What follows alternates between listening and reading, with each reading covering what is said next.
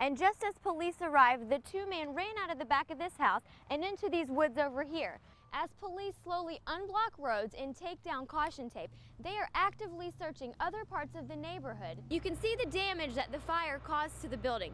Firefighters tell me if they hadn't gotten here in time, the two victims could have lost their lives. He did say the two men forced him on his knees, demanding everything he had. We spoke with the family today as they all gathered together, hoping and praying the person responsible for this murder would be captured. This memorial marks the spot where Joyce Bailey was left to die 1 year ago today. And overwhelmed with emotion, the victim's sister tells me she wants nothing more than those involved to come forward. On the second anniversary of the tornado here in Cabbagetown, neighbors say they helped each other bounce back. And there's still a lot of emotion here on campus surrounding this case. Friends of the victim say they're still very devastated that they've lost such a close friend and classmate. I talked with one family who said they feel very blessed that this tree nearly missed them on this Palm Sunday. Atlanta police have just emailed us this photograph of an Atlanta police officer. The FBI has accused him of drug trafficking. The car was on fire right behind it with flames shooting up like crazy. This is a video from a Villa Rica patrol car. You're seeing the heavy orange flames covering a car after a violent head-on crash on I-20. Talking to my wife on the phone on the way to church, and all of a sudden I saw something coming across the lanes in front of me and realized real quickly that it was a car attached to a tow trailer. Scott Garner says he didn't know what to think when he saw a car being towed by a truck come loose on the highway. It was flying across all the lanes of I-20, and it came from the right-hand lane. And as I hit the brakes and swerved, I watched it go across the grass median and saw an oncoming car collide with it. Huge impact, front-end collision. Scott and other drivers stopped their cars to help the 75-year-old man trapped in the car.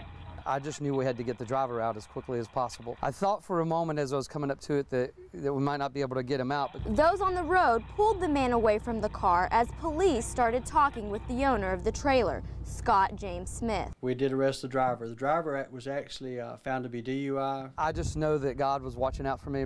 And police officials believe that the size of the vehicle that the victim was driving is truly what saved his life. Reporting in Carroll County, Nancy Mousa, Channel 2 Action News.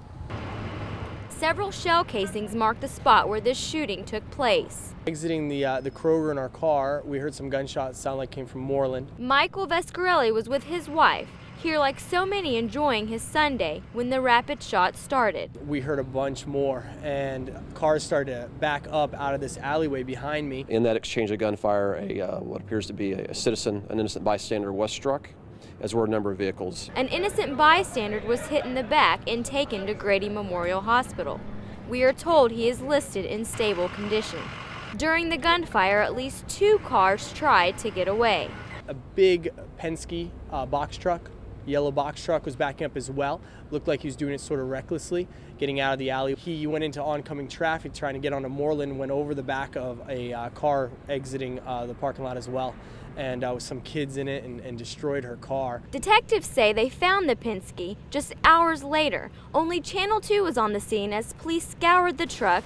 The men inside are also in police custody.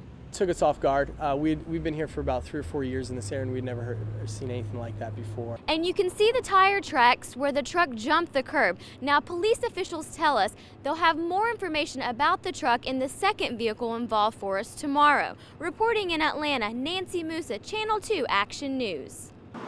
Just as a dedication takes place at the King Center, crews are working to clean something that's an embarrassment to the community. I could get my hands on those kids who did it. I'll teach them a lesson. It is very disrespectful. Crews worked over 5 hours trying to pressure wash the graffiti off the back of the King Center.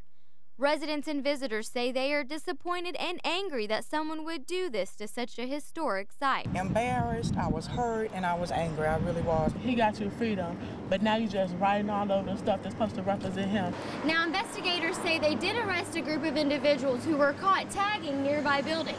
They say they are unsure whether that case and the tagging at the King Center are related. The King family expressed disappointment and sorrow. It's really a sad testament to the times that we're living in. There's nothing wrong with constructive graffiti. In fact, New York uses it as art.